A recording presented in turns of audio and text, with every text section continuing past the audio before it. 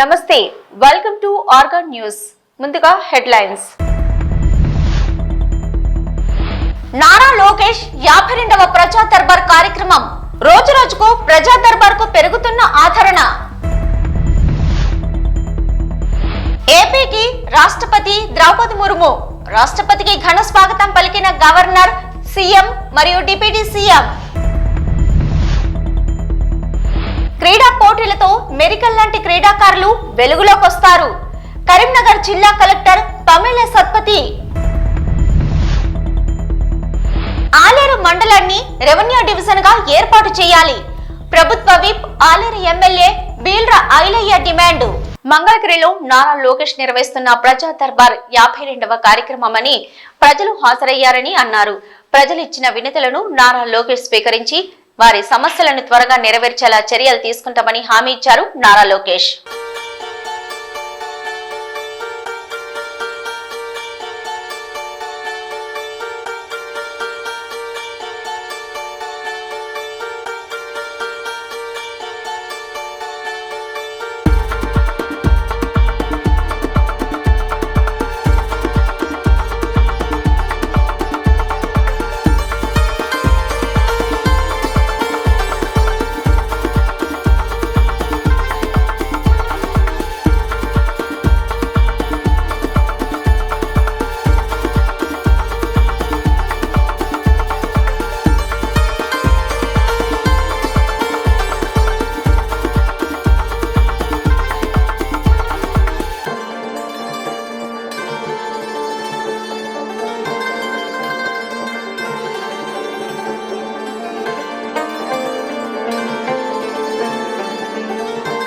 మంగళగిరిలోని ఎయిమ్స్ వైద్య కళాశాల ప్రథమ స్నాతకోత్సవంలో పాల్గొనేందుకు రాష్ట్రానికి విచ్చేసిన భారత రాష్ట్రపతి శ్రీమతి ద్రౌపది ముర్ముకు గన్నవరం ఎయిర్పోర్టులో ఆంధ్రప్రదేశ్ రాష్ట్ర గవర్నర్ అబ్దుల్ నజీర్ మరియు ముఖ్యమంత్రి నారా చంద్రబాబు నాయుడుతో కలిసి గౌరవ స్వాగతం పలికారు ఉప ముఖ్యమంత్రి కొణిదెల పవన్ కళ్యాణ్.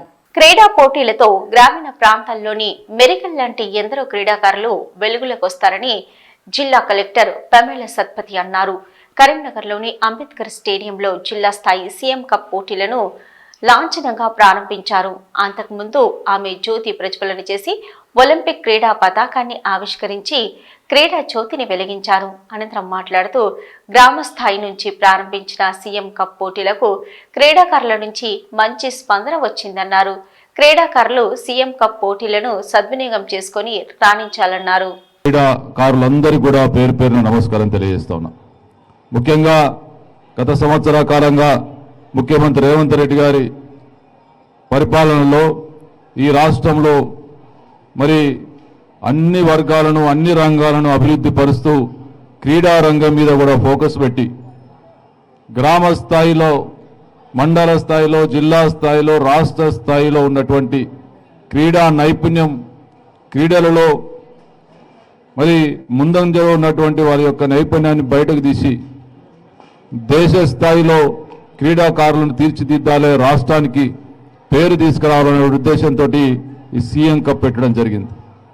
మరి దాన్ని నిర్వహిస్తున్నటువంటి పీఈటీలు అందరికీ కూడా అన్ని వర్గాలకు సంబంధించి పీఈటీలు కావచ్చు, పీఈడీలు కావచ్చు, అందరూ కూడా మరి పెద్ద ఎత్తున దీనికోసం మండల స్థాయిలో కష్టపడి ఇలా జిల్లా స్థాయి, రాష్ట్ర స్థాయి కోసం కృషి చేస్తున్నటువంటి ఉపాధ్యాయులందరికీ కూడా, పీఈటీలందరికీ కూడా పేరు పేరున ధన్యవాదాలు, కృతజ్ఞతలు తెలియజేస్తా ఉన్నాం.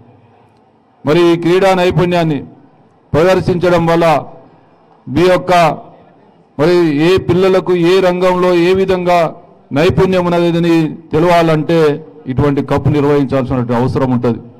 కాబట్టి మీ అందరినీ కూడా భవిష్యత్తులో రాష్ట్ర స్థాయిలో, దేశ స్థాయిలో మీరు మరి క్రీడలలో రాణించాలని, ఈ అవకాశాన్ని సద్వినియోగం చేసుకోవాలని ప్రభుత్వం మీ వైపు ఆలోచన చేస్తూ ఉంది. మీరు ఈ రంగంలో మీ నైపుణ్యాన్ని వెలికి తీసుకోవడం కోసం ప్రభుత్వం కృషి చేస్తూ ఉంది. దీన్ని మీరు ఉపయోగించుకొని పెద్ద ఎత్తున మరి దేశ స్థాయిలో క్రీడాకారులుగా మీరు తయారు కావాలని ఈ సందర్భంగా తెలియజేస్తూ, ఈ కాంగ్రెస్ ప్రభుత్వం చేస్తున్నటువంటి ప్రతి అవకాశాన్ని అందరూ కూడా సద్వినియోగం చేసుకుని దేశంలో తెలంగాణ రాష్ట్రం మరొక ప్రత్యేక గుర్తింపు పొందడానికి కృషి చేస్తున్నటువంటి ముఖ్యమంత్రి రేవంత్ రెడ్డి గారికి, ప్రభుత్వంలో ఉన్న అందరికీ కూడా పేరు పేరున ధన్యవాదాలు కృతజ్ఞతలు తెలియజేస్తూ ఈ కార్యక్రమాన్ని జిల్లా వ్యాప్తంగా కలెక్టర్ గారి పర్యవేక్షణలో పెద్ద ఎత్తున నిర్వహిస్తున్నటువంటి మరి మీ అందరి వేదిక మీద అధికారులకు కూడా ప్రత్యేక ధన్యవాదాలు కృతజ్ఞత చేస్తూ నాకు ఈ అవకాశం ఇచ్చిన డిఓఎస్ఓ గారికి ప్రత్యేకంగా కృతజ్ఞత తెలియజేస్తాను. ఆలేరు రెవెన్యూ డివిజన్ రఘునాథపురం మండలం గురించి అసెంబ్లీలో ప్రస్తావించిన ప్రభుత్వ విప్ ఆలేరు ఎమ్మెల్యే బీల్రా ఐలయ్య. యాదాద్రి భువనగిరి జిల్లా ఆలేరు మండలాన్ని రెవెన్యూ డివిజన్ గా ఏర్పాటు చేయాలని, అదేవిధంగా రాజపేట మండలం రఘునాథపురం గ్రామాన్ని మండలంగా ఏర్పాటు చేయాలని తెలంగాణ రాష్ట్ర ప్రభుత్వ విప్ ఆలేరు ఎమ్మెల్యే బీల్రా ఐలయ్య నేడు అసెంబ్లీలో ప్రస్తావించారు. దీంతో రెవెన్యూ మంత్రివర్యులు పొంగులేటి శ్రీనివాసరెడ్డి సానుకూలంగా స్పందించి కలెక్టర్తో సమాచారం సేకరించిన అనంతరం ఏర్పాటుకు కృషి చేస్తామన్నారు. బీల్రా ఐలయ్య మాట్లాడుతూ గత ప్రభుత్వంలో రెవెన్యూ డివిజన్ల ఏర్పాటు శాస్త్రీయంగా జరగలేదన్నారు. జనాభా విస్తీర్ణం, పరిపాలన సౌలభ్యం ప్రాతిపదికన రెవెన్యూ డివిజన్ల ఏర్పాటు జరగలేదన్నారు. అందుకే ప్రభుత్వం కొత్త రెవెన్యూ డివిజన్లను ఏర్పాటు చేయాలని డిమాండ్ చేస్తున్నారన్నారు. కొత్త డివిజన్లతో ప్రజలు ప్రయోజనం పొందుతారన్నారు. ప్రస్తుతం ఆర్డీఓలను కలిసేందుకు రైతులు, భూమి హక్కుదారులు 50 నుంచి 70 కిలోమీటర్ల కంటే ఎక్కువ ప్రయాణిస్తున్నారని చెప్పారు. రెవెన్యూ మినిస్టర్ అధ్యక్ష, తమరి ద్వారా సహచర ఎమ్మెల్యే గారు ఐలే గారికి ఏదైతే ఇందాక తమకు వివరించిన దాంట్లో ప్రభుత్వానికి అందిన ప్రతిపాదనలో పరిశీలనలో ఉన్న ఒకటి ఆలేరుకు సంబంధించింది అధ్యక్ష. తప్పకుండా వీలైనంత తొందరలో దాన్ని రాష్ట్ర ప్రభుత్వం పాజిటివ్గా నిర్ణయం తీసుకుంటుంది అధ్యక్ష. అదే రకంగా ఐలే గారు ఒక మండలం గురించి కూడా ఐలన్ అడిగారు. దాన్ని కూడా కలెక్టర్ గారి దగ్గర నుంచి ఫీజిబిలిటీ రిపోర్ట్ తెప్పిస్తాం. దాని మీద కూడా పూర్తిగా పరిశీలించి నిర్ణయం తీసుకోవడం జరుగుతుంది. తెలంగాణ రాష్ట్రం ఏర్పడేటప్పటికీ మన రాష్ట్రంలో 42 డివిజన్లు రెవెన్యూ డివిజన్లు ఏర్పడినప్పుడు గత ప్రభుత్వం 76 పెంచింది. కానీ రెవెన్యూ డివిజన్ల ఏర్పాటు శాస్త్రీయబద్ధంగా జరగలేదు అధ్యక్ష. రెవెన్యూ డివిజన్ ఏర్పడాలంటే జనాభా విస్తీర్ణం, పరిపాలన సౌలభ్యం కోసం రెవెన్యూ డివిజన్ ఏర్పడాలి అధ్యక్ష. కానీ ఎన్నికలను దృష్టిలో పెట్టుకొని కొత్త డివిజన్లు, కొత్త మండలాలు రైతులకు ఇబ్బందిగా చేసినటువంటి దృష్టిలో ఉన్న అధ్యక్ష. చాలా చోట్ల రెవెన్యూ డివిజన్ సమస్యలు, వాళ్ళు తెచ్చినటువంటి ధరణి సమస్యల వల్ల ఎక్కువ కూడా భూ సమస్యలు తలెత్తినాయి అధ్యక్ష. అందుకోసమే అన్ని చోట్ల కూడా రెవెన్యూ డివిజన్ కావాలని చెప్పి డిమాండ్ ఉంది అధ్యక్ష. కొత్త డివిజన్లు ఏర్పడితే రైతులకు, ప్రజలకు ఎన్నో ప్రయోజనాలు అధ్యక్ష. ఇప్పుడున్నటువంటి ప్రస్తుత రెవెన్యూ డివిజన్లు ప్రజలు కానీ రైతులు కానీ ఆర్డీఎఫ్స్లోకి పోవాలంటే 50 నుంచి సుమారు 70 కిలోమీటర్లు పోవాల్సి వస్తుంది అధ్యక్ష. మా యాదాద్రి భువనగిరి జిల్లాలో 17 మండలాలు ఉన్నాయి అధ్యక్ష. 17 మండలాలకు గాను 2 రెవెన్యూ డివిజన్లు ఉన్నాయి. మా ఆలేరు గత 20 సంవత్సరాలుగా రెవెన్యూ డివిజన్ కావాలని ఎన్నో పోరాటాలు, ఎన్నో ఉద్యమాలు చేసినా అక్కడ రెవెన్యూ డివిజన్కు ఆలేరు అనుకూలంగా ఉన్నా దాని గత ప్రభుత్వం పట్టించుకోలేదు అధ్యక్ష. ఇప్పుడైనా మన ప్రజాపాలన గౌరవ ముఖ్యమంత్రి చొరవతోటి మా రెవెన్యూ శాఖ మంత్రులు మా పెద్దన్న పొంగులేటి శ్రీధరన్ గారి ఆధ్వర్యంలో ఆలేరును రెవెన్యూ డివిజన్ చేయాలి అధ్యక్ష. ఆలేరును రెవెన్యూ డివిజన్ చేస్తే 8 మండలాలు అక్కడ పరిపాలన సౌలభ్యం కానీ అక్కడ ఉన్నటువంటి భూ సమస్యలు కానీ పరిష్కారం అవుతాయి. అదేవిధంగా గతంలో కొన్ని మండలాలు ఏర్పాటు చేసినప్పటికీ అక్కడ స్థానికంగా ఉన్నటువంటి అన్ని గ్రామాలను పరిగణలోకి తీసుకోకుండా 30-40 కిలోమీటర్ల దూరం ఉన్న గ్రామాలను మండలాలు కలిపి దగ్గరున్న మండలాలను తీసి, దగ్గరున్న గ్రామాలను తీసి మండలాలుగా ఏర్పాటు చేశారు.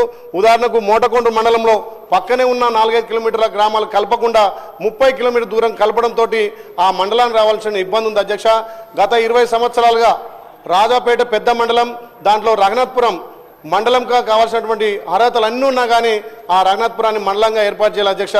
ఇప్పుడున్న మన ప్రజాప్రభుత్వంలో గౌరవ ముఖ్యమంత్రి సహకారం, ఇక్కడ రెవెన్యూ మంత్రి సహకారంతో రాజపేటలోని రఘునాథపురాన్ని మండలం చేస్తే అక్కడ పరిపాలన సౌలభ్యం కూడా జరుగుతుంది అధ్యక్ష. ఈ రెవెన్యూ డివిజన్లు చాలా అస్తవ్యస్తంగా ఉన్నాయి.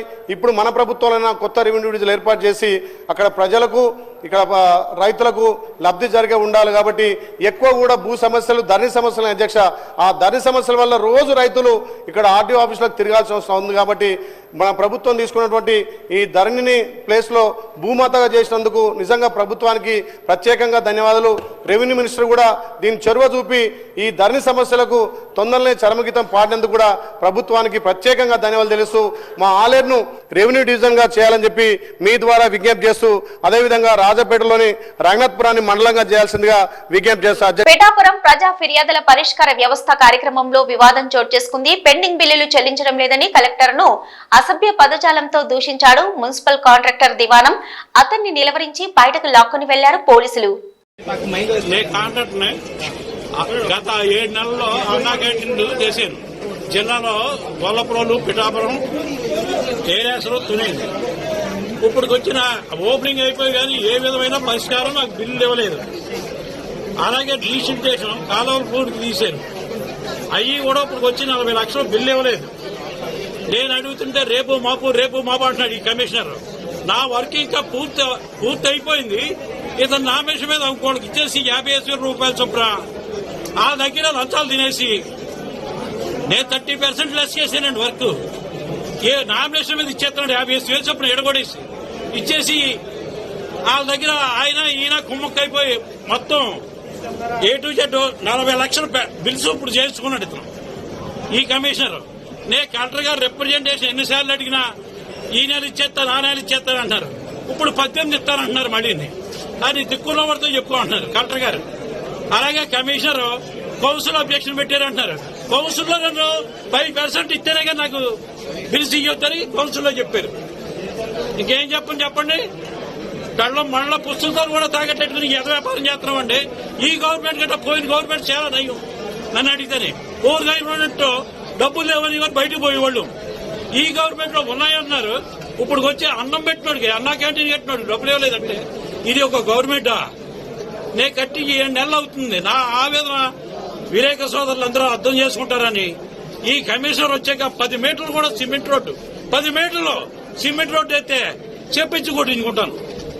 అంటే ఈ కమిషనర్ యొక్క ప్రవర్తన అసందర్భంగా అవుతే ఇది రాజకీయ నాయకులు నచ్చింది. ఇంతకన్నా నేను చెప్పేదేమీ లేదు. న్యూజిబీడ్ లో గౌడ సంఘం ఏర్పాటు చేసిన గౌతు లచ్చన్న విగ్రహ ఆవిష్కరణ కార్యక్రమం వివాదంపై గౌతు శిరీష వివరణ ఇచ్చారు. ఈ కార్యక్రమానికి ఎవరొస్తున్నారో తనకు ముందుగా తెలియదని గౌతు శిరీష తెలిపారు. ఇకపై ఏ కార్యక్రమానికి వెళ్లినా ఎవరొస్తున్నారో చూసుకుని వెళ్తానని తెలిపారు ఆమె. నేను నిజాయితీ గల టీడీపీ కార్యకర్తను, ఇందులో ఎటువంటి అనుమానం వద్దు అని స్పష్టం చేశారు గౌతు శిరీష. గౌతు లచ్చన్న గారి శత జయంతి ఉత్సవాలని ఉమ్మడి రాష్ట్రంలో హైదరాబాద్ లో రవీంద్ర భారతిలో నిర్వహించిన ఏకైక వ్యక్తి ఎవరో తెలుసా? స్వర్గీయ డాక్టర్ వైఎస్ రాజశేఖర రెడ్డి గారు అని చెప్పేసి మనం గుర్తుపెట్టుకోవాలి. లచ్చన్న గారిని గుర్తుపెట్టుకొని లచ్చన్న గారు ఏ పార్టీలో ఉన్నాడని చూడలా, లచ్చన్న గారు జాతీయ నాయకుడని గుర్తించిన ఏకైక ముఖ్యమంత్రి ఆనాటి ముఖ్యమంత్రి వైఎస్ రాజశేఖర రెడ్డి గారు అని చెప్పేసి మనం చెప్పుకోవాలి. శత జయంతి ఉత్సవాల్ని హైదరాబాద్ లో రవీంద్ర భారతి నడిబొడ్డులో జరిపిన మహనీయుడు. నిజంగా అటువంటి లచ్చన్న గారు మనవాడు, మన జాతి ముద్దు బిడ్డ.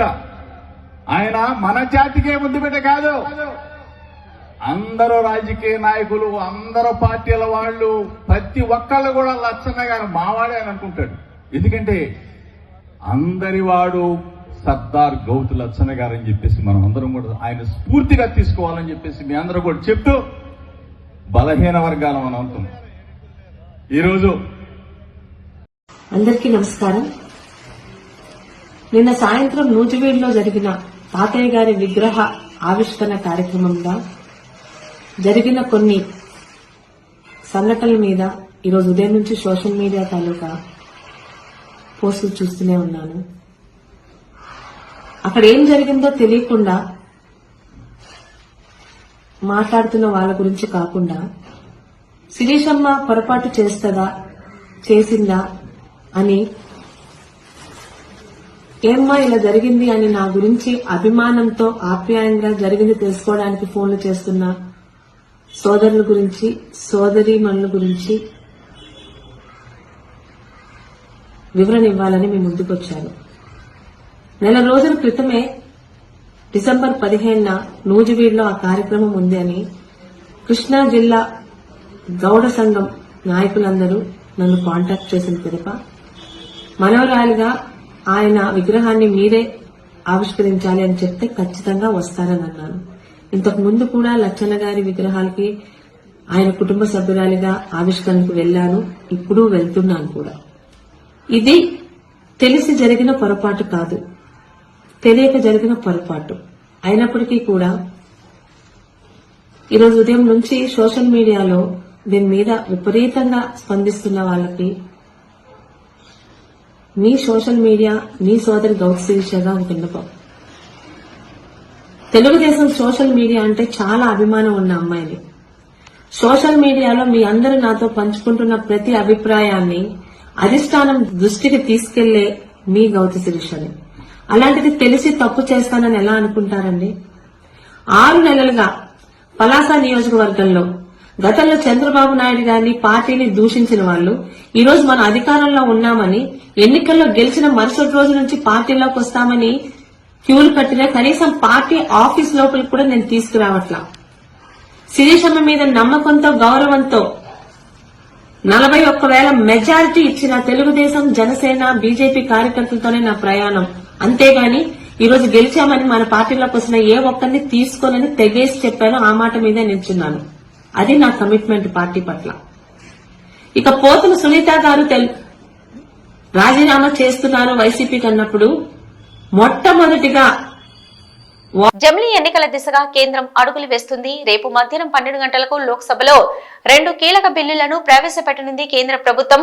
లోక్సభ ముందుకు 129వ రాజ్యాంగ సవరణ బిల్లు, 1963లో చేసిన కేంద్ర పాలిత ప్రాంతాల చట్ట సవరణ బిల్లు, ఈ 2 బిల్లులకు ప్రవేశపెట్టనున్నారు న్యాయశాఖ మంత్రి అర్జున్ రామ్ మేఘ్వాల్. ఆర్బీఐ కీలక నిర్ణయం తీసుకున్నట్లు తెలుస్తుంది. పాత ₹5 కాయిన్స్ స్థానంలో కొత్త కాయిన్ ని తీసుకొస్తున్నాయి. దీనికి ప్రధానంగా పాత ₹5 కాయిన్స్ దుర్వినియోగం అవుతున్నట్లుగా వచ్చిన సమాచారం మేరకు ఈ నిర్ణయం తీసుకున్నట్లుగా తెలుస్తుంది. మన ఒక్క పాత ₹5 కాయిన్ ను కరిగిస్తే 4 నుంచి 5 బ్లేడ్లను తయారు చేస్తున్నారు బంగ్లాదేశ్ వారు.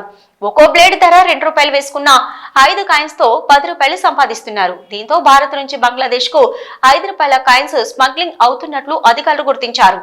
మహనీయుడు సర్దార్ గౌతు లచ్చన్న గారి విగ్రహ ఆవిష్కరణ సభలో మన తెలుగుదేశం పార్టీ కార్యకర్తలు బాధపడేలా కొన్ని సంఘటనలు జరిగాయి. దీనిపై పత్రికల్లో రకరకాల కథనాలు వచ్చాయి. ఉద్దేశపూర్వకంగా నేను, గౌతు శిరీష గారు, నారాయణ గారు పాలు పంచుకున్నామంటూ వస్తున్న వార్తలపై నేను ఒక్కటే చెప్పదలుచుకున్నా అని చంద్రబాబు నాయుడు మరియు నారా లోకేష్ ఇచ్చిన మర్యాదలను నేను ఎల్లవేళలా గుర్తు పెట్టుకుంటానని అన్నారు మంత్రి కొలుసు పార్థసారథి. అలాగే నన్ను ఆదరించిన కార్యకర్తల మనోభావాలు దెబ్బతిన్నాయి, వారికి మరొకసారి మన్నించమని కోరుకుంటున్నానని తెలిపారు మంత్రి కొలుసు పార్థసారథి. సర్దార్ గౌతు లచ్చన్న గారి విగ్రహావిష్కరణ కార్యక్రమంలో మన తెలుగుదేశం పార్టీ కార్యకర్తలు మనసు బాధపడిన సంఘటనలు కొన్ని జరిగినాయి. దాని మీద పత్రికల్లో కూడా రకరకాల కథనాలు వచ్చినాయి. కొన్ని చోట్ల ఉద్దేశపూర్వకంగా తెలిసే నేను కానీ, శిరీష్ గారు కానీ, నారాయణ గారు కానీ ఆ కార్యక్రమంలో పాలు పంచుకున్నారని, ఈ విషయంలో మొట్టమొదటిగా నేను చెప్పేది ఏమిటంటే, నాకు చంద్రబాబు నాయుడు గారు, లోకేష్ గారు నాకు ఇచ్చిన గౌరవాన్ని నేను ఎప్పుడూ కూడా జీవితంలో మర్చిపోనని చెప్పేసి ముఖ్యంగా తెలియజేస్తా ఉన్నాను. 2, నన్ను ఆదరించిన కార్యకర్తల మనోభావాలు దెబ్బతిన్నందుకు నిన్న కూడా చెప్పాను. మరొకసారి వారి మనోభావాలు దెబ్బతిన్నందుకు వారికి సారీ చెప్తూ ఈ సంఘటనకు సంబంధించిన వివరాలు కూడా మరి కార్యకర్తలకు విశదీకరించాలనే ఉద్దేశంతో ఈరోజు మీ ముందున్నానని చెప్పేసి మనవి చేస్తాను. ఈ కార్యక్రమాన్ని పార్టీ రహితంగా, ముఖ్యంగా తెలుగుదేశం పార్టీ అధికారంలో ఉంది. నూజివీడులో తెలుగుదేశం పార్టీ అభ్యర్థిగా, మంత్రిగా నేనున్నాను కాబట్టి నా నియోజకవర్గంలోని గౌడు సోదరులు అందరూ కూడా జనసేనకు సంబంధించిన వాళ్ళు, టీడీపీ వాళ్ళు ముందు లీడ్లో ఉండి ఈ విగ్రహాన్ని ఆవిష్కరించుకోవాలనే కోరికను నా దగ్గర వెలువచ్చినప్పుడు తప్పకుండా నా సహాయ సహకారాలు ఉంటాయి. ఆయన మహనీయుడు, ఒక అందరూ బలహీన వర్గాలందరూ కూడా గౌరవించదగ్గ వ్యక్తి. మీరు తప్పకుండా కార్యక్రమాన్ని చేయండి. నా అవసరం ఏమున్నా, నా సహకారం ఏం కావాలన్నా కూడా చేస్తానికి నేను సిద్ధం అని చెప్పేసి నా దగ్గరికి వచ్చిన గౌడ సంఘీయ సోదరులకి నేను చెప్పడం జరిగిందని చెప్పేసి మనం చేస్తా ఉన్నాను. ఈ మిగతా పార్టీ దీంట్లో ఇన్వైటీస్ని నిర్ణయించడంలో కానీ, కార్యక్రమం నిర్వహించే ఆలోచనలో భాగం కానీ పార్టీకి ఎటువంటి ప్రమేయం లేదని చెప్పేసి కూడా సందర్భంగా తెలియజేస్తాను. ఎక్కడ కూడా పార్టీ అధ్యక్షులు లేకపోతే మండల అధ్యక్షులు అటువంటి వాళ్ళు ఎవరు కూడా ఇన్వాల్వ్ కాల. కేవలం గౌడ సంఘీయులు, వాళ్ళు గౌడ అధ్యక్షులు, గౌడ సెక్రటరీస్, గౌడ కోశాధికారులు, గౌడ వైస్ ప్రెసిడెంట్, జిల్లా అధ్యక్షులు, మండల అధ్యక్షులు, నియోజకవర్గ వాళ్ళు మాత్రమే ఈ కార్యక్రమాన్ని డిజైన్ చేసుకుని చేస్తడం జరిగింది. 9వ తారీఖు 8వ తారీఖు నా దగ్గరకు వచ్చి వాళ్ళు డేటు ఫిక్స్ చేశారు. 15వ తారీఖు 14 అనుకుంటున్నామంటే 14 కష్టంలే, 14 వేరే ప్రోగ్రాం ఉంది, 15వ తారీఖు పెట్టండి అని చెప్పేసి నేను చెప్పడం జరిగింది ఉదయం 11 గంటలకి. నాతో డేట్ తీసుకెళ్ళిన తర్వాత నాతో చర్చించిన ఇన్వైటీస్కి సంబంధించి ఈ ఇన్విటేషన్ని నా పిఏకి వాట్సాప్లో పంపించడం జరిగిందని చెప్పేసి మనం చేస్తా ఉన్నా. నేను ఇది కూడా అడిగాను, ఇది కాకుండా ఇంకేమైనా పంపించారా ఇన్వైటీస్ గురించి అని చెప్పేసి నేను పిఏని అడిగితే ఇంకేం పంపించలేదు సార్.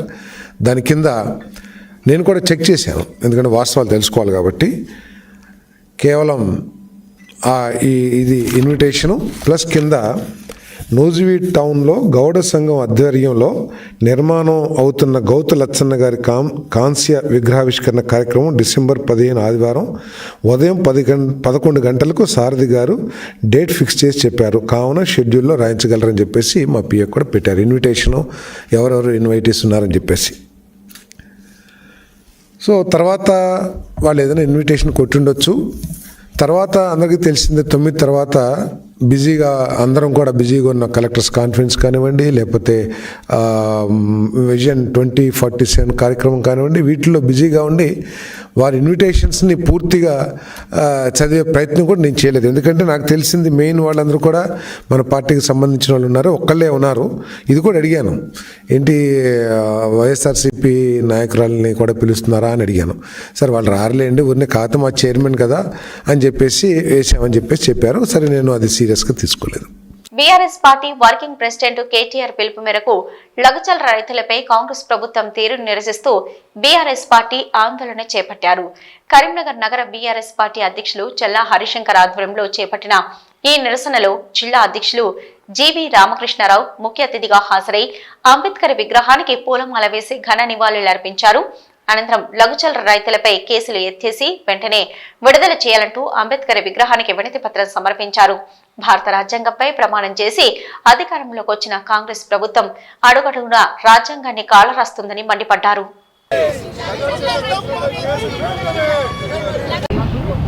భారత రాజ్యాంగాన్ని నిర్మించి బాబాసాహెబ్ గారు ఇప్పటికీ 75 సంవత్సరాలు అవుతున్నది.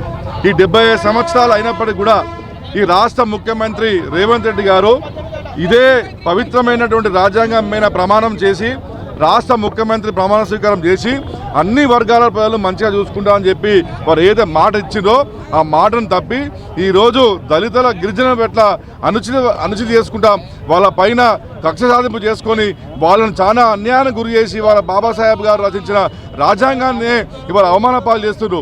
దానికి నిర్మూల సాక్ష్యము ఈరోజు తన సొంత నియోజకవర్గం కొడంగల్లో లగర్చెల్ల గ్రామంలో అక్కడ ఉన్నటువంటి దళిత గిరిజనుల భూములు ముత్తాతల నుంచి వారు దున్నుకుంటున్నటువంటి వ్యవసాయ భూములను వారు ఈరోజు బలవంతంగా లాక్కొనే కాకుండా వారి హక్కుల కోసం వారు పోరాడితే వాళ్ళను ఘోరంగా జైలు పాలు చేసి బేడీలేసి తీవ్రమైనటువంటి అన్యాయం జరుగుతున్నది. మరి నిన్నగాక మొన్న కూడా ఒక గిరిజన రైతు ఆయన గుండెపోటు వచ్చిందని చెప్పి హాస్పిటల్ తీసుకుపోయేటప్పుడు ఆయనకు బేడీలు కట్టి హాస్పిటల్కి తీసుకునే సంగతి మనం చూసినాం. ఈరోజు మేము బాబాసాహెబ్ అంబేద్కర్ గారికి విజ్ఞప్తి చేస్తున్నాము. మా యొక్క వినతి పత్రం ద్వారా బాబాసాహెబ్ అంబేద్కర్ గారు మీరు రచించినటువంటి రాజ్యాంగ స్ఫూర్తికి వ్యతిరేకంగా ఈ రాష్ట్ర ముఖ్యమంత్రి రేవంత్ రెడ్డి గారు పనిచేస్తున్నారు. ఆయనకు ప్రభుత్వానికి కొంచెం వివేకం ప్రదర్శించండి, తెలివితేటలు వచ్చే విధంగా ఆయనను కోరండి.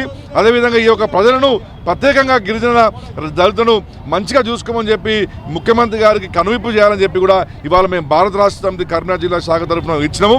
మరి ఇవి ఇప్పటివరకున్న న్యూస్. నమస్తే.